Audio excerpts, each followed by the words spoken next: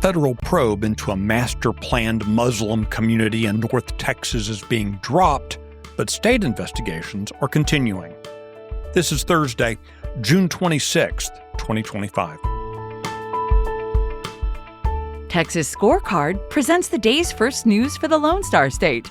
The Texas Minute, with your host, Michael Quinn Sullivan.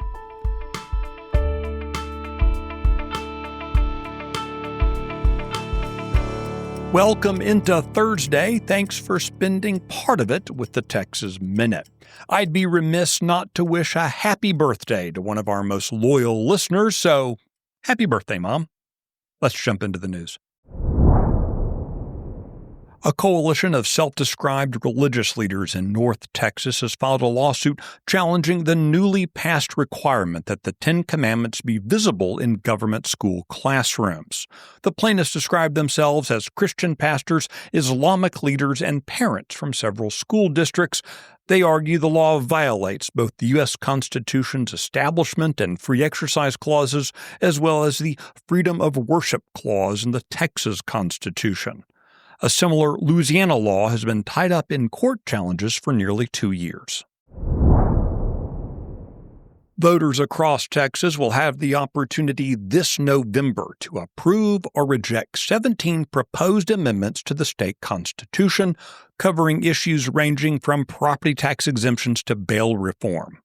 For example, one proposition, number 2, would prohibit a tax on capital gains, while another, number 8, stops the state from imposing death taxes. The homestead exemption applied to school property taxes would be increased under Proposition 13, and Proposition 16 creates constitutional clarity that only U.S. citizens can vote in Texas's state and local elections. Texans will vote on the 17 propositions on Tuesday, November 4th. Early voting will run from October 20th through October 31st. The FBI Houston office is hunting for a top leader in the brutal Trinidad gang. A $3 million reward is being offered for information leading to the arrest of Giovanni Vicente Serrano. He's the alleged second-in-command of the Venezuelan criminal organization. Serrano is the first TDA member to be placed on the FBI's 10 Most Wanted list. Meanwhile, the U.S. Department of Homeland Security has announced that ICE arrested 11 Iranian illegal aliens, including 2 in Houston. Among those arrested across the country were men with ties to Hezbollah and a former Iranian army sniper. One of those men arrested in Houston had been ordered out of the United States nearly 20 years ago. The Texas Minute will be right back. The establishment media is out of touch with the real things real Texans care about. Real news for real Texans. That's what Texas Scorecard does every day. Learn more and subscribe for free. TexasScorecard.com/Chris. A federal civil rights investigation into a master-planned Muslim community in the Dallas-Fort Worth metropolitan area has been dropped by the U.S. Department of Justice. This investigation was sparked by U.S. Senator John Cornyn, but is unrelated to the investigations launched at the state level by Governor Greg Abbott and Attorney General Ken Paxton. In a letter obtained by the Dallas Morning News, Epic City developer Community Capital Partners was informed that the investigation was ending without any lawsuits or charges being brought forward.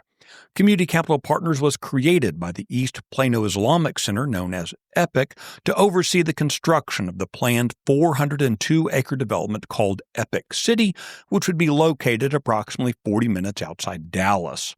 Governor Abbott has ordered 4 state agencies to probe CCP and Epic's project.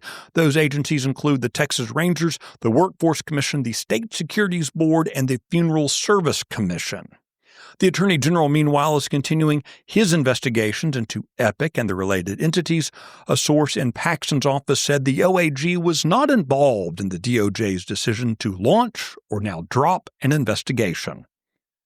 You can find the details of this story and the others mentioned today and keep up with the latest news by visiting TexasScorecard.com. This edition of the Texas Minute was based on the original reporting of Addie Hovland, Brandon Waltons, Michael Wilson, and Luca Cacciatore. The podcast is edited and produced by Nick Shepard. I look forward to seeing you out around the Lone Star State. Have a great day.